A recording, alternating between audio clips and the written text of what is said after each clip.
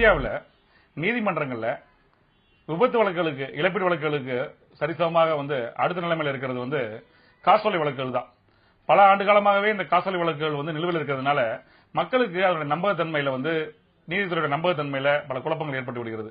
அப்படிப்பட்ட சூழல சமீபத்தில் காசோலை வழக்குகள் விரைவாக நடத்தணும் அப்படின்னு சொல்லி இந்திய உச்சநீதிமன்றம் தீர்ப்பளித்திருக்கிறது. அந்த தீர்ப்பு என்ன சொல்கிறது? அதாவது காசோலை தொடர்பான வழக்குகள் கட்டுப்படுத்தும் சட்டமாக இருக்கிறது நெகோசியபிள் இன்ஸ்ட்ருமெண்ட் ஆக்ட், இந்த மாற்றுமுறை ஆவண சட்டம். அந்த அடிப்படையில் வழக்குகள் தாக்கல் செய்யப்படுகிறது. இது கிரிமினல் குற்றங்களாக கருதப்பட்டு குற்றவியல் நடைமுறை சட்டத்தின் அடிப்படையில் அது வழக்காக நடுவர் நீதிமன்றங்களிலும் பெருநகர நடுவர் நீதிமன்றங்களிலும் வழக்காக தாக்கல் செய்யப்படுகிறது.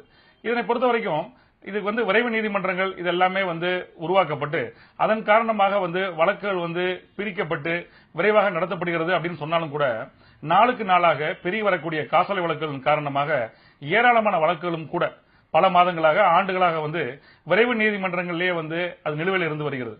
இதன் காரணமாக மக்களுக்கு ஏராளமான குழப்பங்கள் ஏற்படுகிறது. எல்லாமே ஃபாஸ்ட் ட்ராக் கோர்ட்னு போடுறாங்க.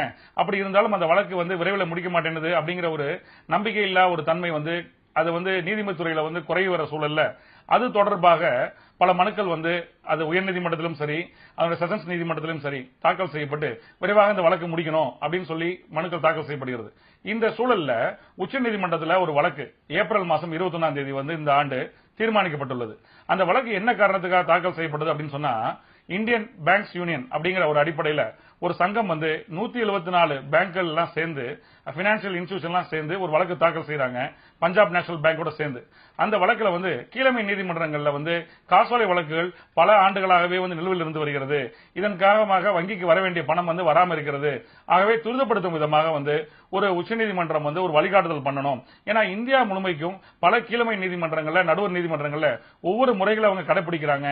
அதன் காரணமாக சட்ட சிக்கல்கள் ஏற்பட்டு காலதாமதம் ஏற்படுகிறது அப்படின்னு அந்த மனு தாக்கல் செய்யறாங்க.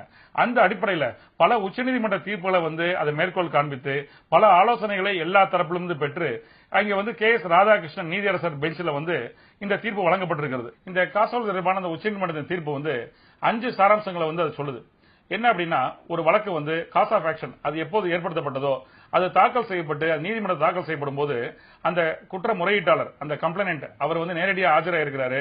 எல்லா ஆவணங்களும் அசல் ஆவணங்கள் கொடுக்கப்பட்டால் அன்றே எந்த விதமான தாமதமின்றி அது அந்த வழக்கினை கோப்பிற்கு எடுத்துக்கொள்ளணும் அப்படிங்கிறது முதல் சரத்தாகவும், இரண்டாவது சரத்தினை பொறுத்த வரைக்கும் எதிர்மனுதாரர் அதாவது அந்த அக்யூஸ்ட் பர்சன் அவரை பொறுத்த வரைக்கும் அவருக்கு சமன்ஸ் அனுப்புறது சரியான முகவரிக்கு அனுப்பப்படுகிறதா அப்படிங்கிற விஷயத்தை ரெஜிஸ்டர்ட் போஸ்ட் மூலமாகவோ இமெயில் மூலமாகவோ இல்ல அருகாமையில் உள்ள காவல் நிலையத்தின் மூலமாகவோ சார்பு செய்வதற்கு துரித நடவடிக்கை எடுக்கணும் அப்படிங்கறத பத்தியும், ஒருவேளை அது அன்சர்வ்டாக அவருக்கு சார்பு செய்யப்படாமல் அந்த நீதிமன்ற சமன் திருப்ப அனுப்பப்பட்டால் அதுக்கான ஷார்ட் டேட் போட்டு குறைவான ஒரு கால அளவு அவகாசம் கொடுத்து மீண்டும் அனுப்புவதற்கு துரித நடவடிக்கை எடுக்கணும் அப்படிங்கறத பத்தி சொல்றாங்க.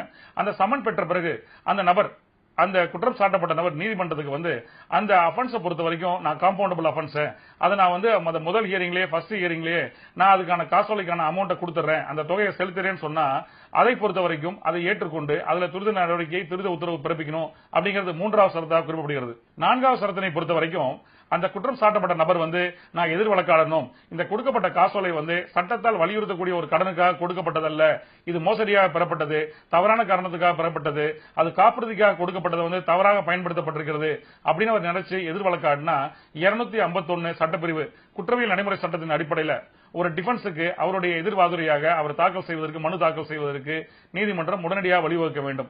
இதெல்லாம் தவிர அந்த வழக்கு விசாரணைக்கு எடுத்துக் கொள்ளப்பட்டு குறுக்கு விசாரணை மறு விசாரணை போன்ற அனைத்து விஷயங்களும் வழக்கு அசைன் செய்யப்பட்ட நாளிலிருந்து 3 மாத காலத்திற்குள்ளாக தாமதமின்றி வழக்கு நடத்தணும் அப்படிங்கறத பத்தி கூறப்பட்டிருக்கிறது.